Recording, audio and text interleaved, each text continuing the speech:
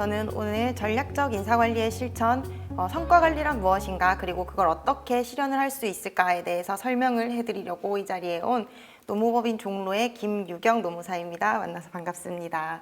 처음에 이제 조직을 운영을 하고 창립을 하고 하시면서 너무 지켜야 할 법이 많고 또 행정적인 규칙들도 많고 골치가 많이 아프실 것 같은데, 이런 기본적인 것들만 해가지고는 이제 경쟁에서 살아남기가 힘든 시대가 되었습니다. 이 플러스 알파가 필요한 시대라는 말을 들어보셨을 텐데, 플러스 알파가 무엇일까?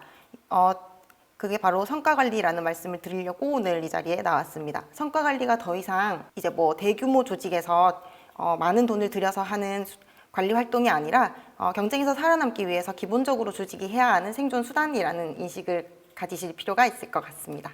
오늘 전반적인 강의는 지금 보시는 요 목차대로 진행이 될 건데, 여러분들이 좀 주의를 해서 들어주셨으면 하는 챕터가 바로 요 성과 목표 달성을 위한 KPI에 관련된 설명을 조금 집중적으로 드릴까 합니다. 익숙한 분들도 계실 텐데, 구체적으로 KPI가 어떻게 설정이 되고 실무에서 어떻게 활용이 되는지를 아셔야 성과관리에 좀 더 도움이 될 거기 때문에 여기 집중적으로 설명을 드리도록 하겠습니다. 자, 먼저 성과평가 제도 설계 및 구축. 이 장에서는 저희가 성과관리에 대해서 기본적으로 이해를 돕고자 합니다. 성과관리가 무엇인가? 조직의 경영활동이 성과 향상에 기여할 수 있도록 체계적으로 관리하는 시스템을 말합니다.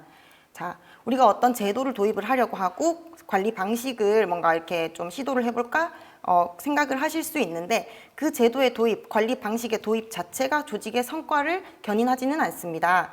여기에서 조직이 처해 있는 굉장히 많은 상황 요인들이 이 조직 성과로 이어지도록 도움을 줄 수 있을 것인지, 어떤 변수로 작용을 할 것인지에 대해서 여러분들이 고민을 하고 인사 제도를 도입을 하는 것과 그렇지 않은 것은 조직 성과에 기여하는 바가 분명히 다릅니다. 그래서 오늘 이 시간은 여러분들 조직 내에 있는 여러 가지 상황 요인들이 조직 성과에 영향을 미칠 수 있는 어떤 플러스 요인들인지, 그러면 과연 어떤 마이너스 요인들을 덜어내야 성과 관리가 가능할지에 대해서 고민하는 시간을 가져보셨으면 좋겠습니다. 자, 성과관리가 무엇인지 지금 간단하게 말씀을 드렸는데, 이렇게 말씀드리면 단편적인 어떤 경영상 활동을 관리하는 것, 어떤 단 하나의 활동을 관리하는 거라고 이해를 하실 수가 있는데, 성과관리는 프로세스를 관리하는 것입니다. 자, 보시면 먼저 조직이 미션과 비전이 있을 거예요. 우리 조직은 왜 존재하는가, 그리고 앞으로 미래에는 어떤 모습일 것인가, 미션과 비전, 그리고 우리 조직이 지금 현재 어떤 자원을 가지고 있는지, 그리고 더 성과를 내기 위해서는 어떤 자원을 확보를 해야 되는지, 뭐 이런 중장기적으로 계획을 세우실 거예요. 이런 활동들이 다 전략 수립이라고 하죠. 그러면 전략이 수립이 되면 조직의 목표가 설정이 됩니다. 이 목표는 개인의 목표, 그 다음에 뭐 팀의 목표, 조직 전체의 목표, 이렇게 수준별로 나누어질 텐데, 이게 연계되도록 관리하는 게 성과관리의 핵심입니다. 그러면 성과관리 이제 목표들이 설정이 됐으면 분기마다 어떤 특정 시점마다 그 목표가 제대로 달성이 되고 있는지, 하나의 방향으로 나아가고 있는지에 대해서 평가가 이루어져야 되고, 그 평가 결과에 따라 보상이 이루어져야 될 텐데, 이게 조직 전반에서 이루어지는 이제 우리가 흔히 얘기하는 피드백이라고 하는 거죠. 이게 성과 관리에서는 굉장히 중요하고 핵심입니다. 그래서 뭐든지 활동이 있고 나면은 평가를 해서 내가 목적한 바를 이루어냈는지, 못 이루었다면 왜 못 이루었는지에 대한 분석이 분명히 필요할 것이기 때문에 이 평가 활동이라는 건 굉장히 필수적인 활동이 될 수가 있죠. 제가 그럼 지금까지 드린 설명을 들으신 분들은 성과 관리가 그러면 곧 평가 관리인가요? 라고 물어보시는 분들이 많습니다. 조직 내에서 어떻게 성과 관리를 하는 그 일련의 활동들, 인사 관리를 하는 활동들을 보면, 일단 직원을 채용을 하고 개발을 해서 그 교육을 시켜서 직무에 투입을 시킨 다음에 보상을 하고 그다음에 동기부여도 시키고 나중에 안 되면은 이렇게 잘 내보내는 그 일련의 프로세스가 있는데, 요 모든 절차들에 관여를 하고 있는 경영 활동이 있습니다. 그게 바로 평가 관리인데요. 그러면 평가 관리가 잘 이루어지면 곧 성과 관리가 잘 된다는 말도 어느 정도는 맞겠죠. 그러니까 성과 관리는 곧 평가 관리인가에 대해서 답을 드리자면, 반은 맞고 반은 틀린 말이라고 답을 드릴 수가 있겠습니다. 과거에는 성과주의에 대해서 큰 고민 없이 평가를 실시를 하던 시절에는 이게 사정형으로 이루어졌습니다. 잘하는 사람한테는 상을 주고 못하는 사람한테는 벌을 주고, 조직 내에 한정된 자원, 승진의 기회라던가 성과급의 배분이라던가 이런 것들의 의사결정을 하기 위해서 누군가한테는 S등급, 누군가한테는 C등급을 반드시 줘야만 했죠. 그래서 강제적으로 등급을 나누고 거기에 사람을 강제적으로 강제 할당형 평가를 한다거나 어떻게든지 이거를 상대적으로 차등을 두어야 했기 때문에 당신은 성과를 굉장히 잘 냈으니까 S등급이고 당신은 갑보다는 조금 덜한 것 같으니까 그냥 A등급 드릴게요. 이런 식으로 체계 없고 기준 없이 인사평가가 좀 이루어지기도 했어요. 그러다 보니까 누군가는 이의를 제기를 할 수도 있잖아요. 제가 왜 C등급인가요? 왜 D등급인가요? 에 대해서 뭔가 이렇다 할 근거를 제시를 하고 이분들을 납득시킬 수 있는 정보를 드릴 수가 없었습니다. 그 말은 곧 평가는 해놓고 평가 결과를 활용할 수는 없었다는 것이거든요. 조직 내 직원들도 그렇고 부서도 그렇고 결국 조직 전체도 그렇고 평가 결과를 토대로 그 다음번 활동이 내가 어떻게 이루어져야 되는지에 대해서 계획과 전략을 수립할 수 있어야 됐는데 그게 이루어지지 않는다면 조직 내의 개인들은 내가 왜 이 성과를 창출하는 활동에 참여를 해야 하는지 유인이 없는 거죠. 내가 어떤 방향으로 나아가야 할 것인지에 대해서도 답을 얻을 수가 없습니다. 그러다 보니까 돈을 들이고 시간을 들여서 얼마나 평가를 열심히 해놨는데 실질적으로는 이게 조직 성과에 도움이 되지 않는데 그럼 이 대체 평가라는 게 왜 필요하지? 라는 회의론이 등장을 하게 되었습니다. 굉장히 고민이 많아졌죠. 그래서 평가 활동으로 수집된 이 굉장히 중요한 정보들이 성과주의를 실현하는 수단으로 활용이 되기 위해서, 즉 조직 내에 이게 필요할 때 적재적소에 필요한 정보로서 활용이 될 수 있도록 하기 위해서 어떻게 평가 관리를 이루어내야 할까, 이 평가 정보가 조직 내 피드백 루프로서 잘 기능을 할 수 있도록 하는 제도가 무엇이 있을까에 대한 고민이 이루어지기 시작을 했습니다. 그러다 보니까 우리 구성원들의 역량을 개발할 수 있도록 평가 결과를 다시 그 사람들한테 정보로서 제공을 하고, 그러니까 피드백을 주고, 이분들한테 당신이 하고 있는 일이 얼마나 우리 조직 성과에 기여하고 있는지에 대해서 의미성을 좀 주기 위한 이런 활동으로 거듭날 수 있게는 할 수 없을까 하는 고민을 하게 되었습니다.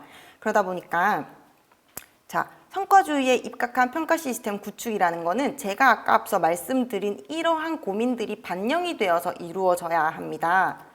스타트업은 처음에 초기에 굉장히 소규모로 이루어져 있고요. 뭔가 공식화된 제도라던가 체계라던가 이런 것들이 굉장히 빡빡하게 자리 잡지 않아서 굉장히 말랑말랑한 조직입니다. 그러다 보니까 의사결정을 한다거나 의사소통을 할 때 굉장히 자유로울 수 있습니다. 그리고 문제가 발생을 했을 때 여기 문제에 대처할 수 있는 방법도 그때그때 유연하게 자기 기지를 발휘해서 해낼 수 있다는 강점이 있습니다. 물론 그렇지 않은 조직들도 있겠지만 요거는 충분히 경영자가 마음만 먹으면 활용할 수 있는 강점이라는 것이죠. 근데 반면에 이렇게 권한을 위임을 하고 자율성을 강화하다 보면 도덕적 해이가 필연적으로 발생을 하게 됩니다. 예를 들면 미국의 굉장히 유명한 OTT 플랫폼 N사에서 무제한 연차라는 제도를 도입을 했다는 거를 듣고 요거를 그러면 우리 조직도 좀 자유롭게 이런 거는 제한 없이 한번 가볼까 해서 무제한 연차를 도입하는 스타트업들이 굉장히 많은데, 그것이 무제한 연차라는 제도로 도입이 되었기 때문에 곧 성과 향상이 될 것이다 라고 기대하는 건 조금 무리가 있을 것입니다. 그거를 활용을 하는 우리 구성원들이 어떻게 하면 이게 내가 성과를 창출하는데 더 좋은 수단이 될까, 더 중요한 계기가 될까를 인식하도록 하는, 즉 도덕적 해이를 어떻게 하면 제거할 수 있을까에 대해서 고민이 많이 필요한데요. 그러면 제가 지금 드리는 말씀을 한마디로 요약을 해드리자면, 자율성과 유연성은 극대로 강화하고 스타트업이 경계해야 할 것이 있다면 확실하게 경계할 수 있는 시스템이 있을까에 대해서 고민이 필요하겠죠. 최대한 강점은 활용을 하되 조직에 위기가 발생을 하면 그 위기를 즉각적으로 깨달을 수 있는 경보 시스템이 울릴 수 있는가? 그 제도를 어떻게 하면 만들 수 있을까? 이런 욕구들이 조금 생기기 시작을 했고요. 네, 그래서 어떻게 하면 최대한 강점은 활용을 하고 경보 시스템은 제대로 작동하고 울릴 수 있도록 제도를 설계할 수 있을까에 대해서 고민과 많은 연구들이 이루어졌습니다. 그러다 보니까 답이 결국 하나로 귀결이 돼요.